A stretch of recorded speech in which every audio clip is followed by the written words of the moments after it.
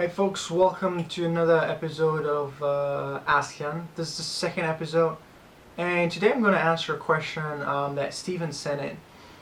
It's a really cool question and it's really complex, and that's why I wanted to answer it right away. So Steven asked me, how do you become a better person, or how do you change who you are? And I think before really answering this question, we have to, you have to distinguish or figure out, why do you actually think that you're not the best person or the best version of yourself yet? Because it kind of suggests that you're not happy where you are right now. And I think there's two reasons. One reason might be that it's extrinsically motivated, like for example, because society and people want us to believe that we're not the best version of ourselves yet. The second thing is intrinsically motivated, like you really know that you should not be doing what you're doing right now, that you should not work the job you're working right now, that you should do something completely different. So I like to start with the extrinsically motivated thinking that you're not the best version of yourself yet. And one reason or one thing that I feel what's happening these days is that like a lot of blogs, books, personal development coaches, you name it, that a lot of people they know exactly what people want to hear. They want to hear like 10 traits of highly successful people. If you have these characteristics, you'll become successful. If you have X, Y, Z, and same thing with books. They want to suggest us that like where we are right now in our life is not the place where we should be, and it's totally fine, and I completely agree with it. But you also have to remember that those people are paid by clicks, or if you buy their products, and of course they tell you what you want to hear. But at the end of the day, I think that a lot of us, we are already on the right path. And we don't really need to consume so much content that tells us otherwise, that tells us, oh, we're not where we are right now in our lives, we could be a lot better. But in reality, I think that most of us, we're already on the right path. We're not there yet, but still we're on the right track. And what this stuff suggests us, and it's the same for me whenever I watch or read a book about someone who has an inspiring story, I think like, wow, wait a minute, like my life sucks, I have so much more potential. And then you start consuming more and more content, you read more about more and more stories, and that starts to confuse us, or at least for me. And I guess that's the real danger of the times that we live in today, that a lot of like the media, society wants us to be someone that we're not. Maybe we're not really. Not everybody has to be a millionaire or a billionaire. I think that, and I deeply respect everybody, and I think that everybody is the best version of himself or herself, as long as this person loves what he does, what he loves, and is compassionate. So, and it doesn't matter whether or not you're collecting trash, whether you're a CEO, whether you're a billionaire, whether you're just cleaning toilets. When you're compassionate, when you're nice to people, when you love what you're doing, I think it doesn't really matter like if you become a billionaire, if you have like these traits. And I think that's a really dangerous place we're in right now, with all of these websites fighting for our attention, and it gets more cruel every day, the fight for our attention. And the people that are suffering are us, because we believe we have to be someone else, someone we're not. And this brings me to the second thing, the intrinsic motivation. So you know already that you are not doing what you should be doing. You know exactly.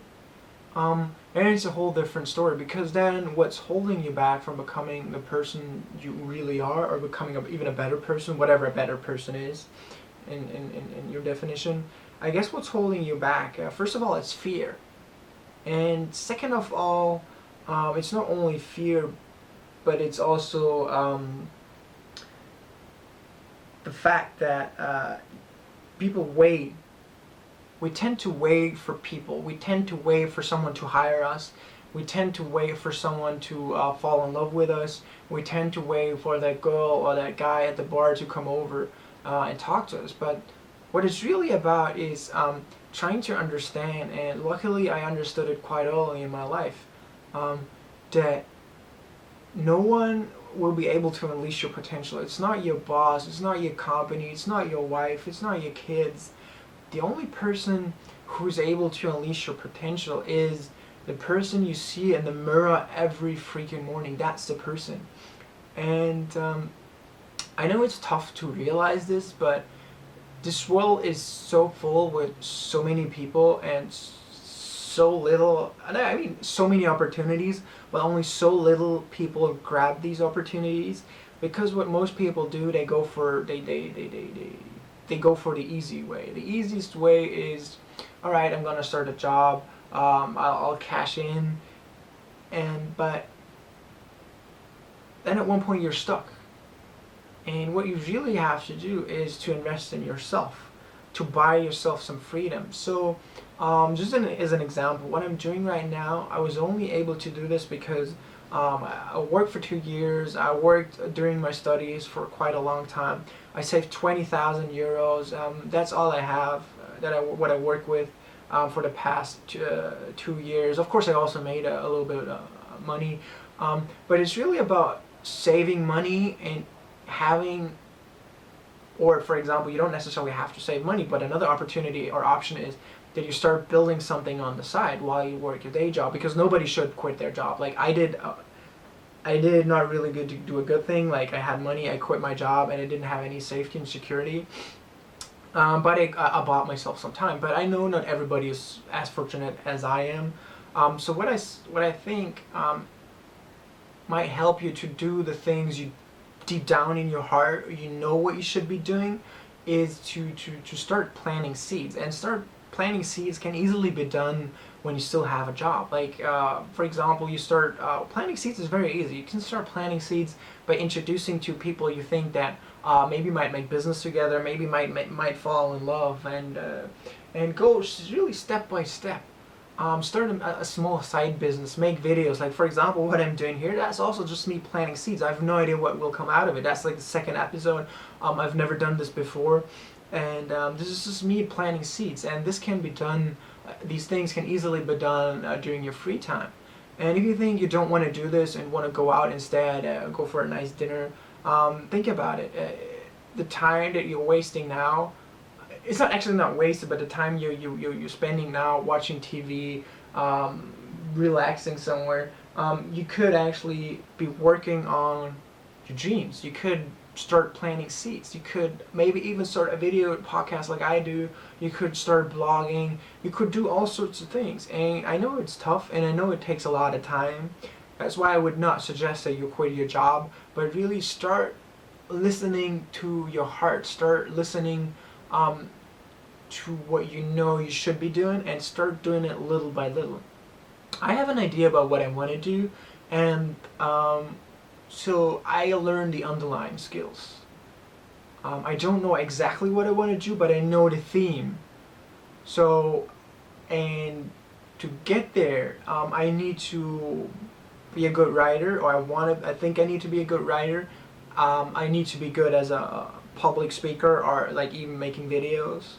And I have to be good in storytelling and also in sales. So it's really about, and then going there step by step. It's really going there and getting to not your goal, but the theme you're trying, deep down in your heart. Go there step by step.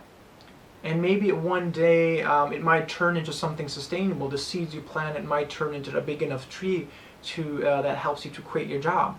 But I think what it really boils down to at the end of the day is about stopping to waste your time. Like even listening to this is a waste of your time, because it's one type, or reading blogs or book, because it's one type of information, and this type of information is useless information. The best type of information is information gained through experience.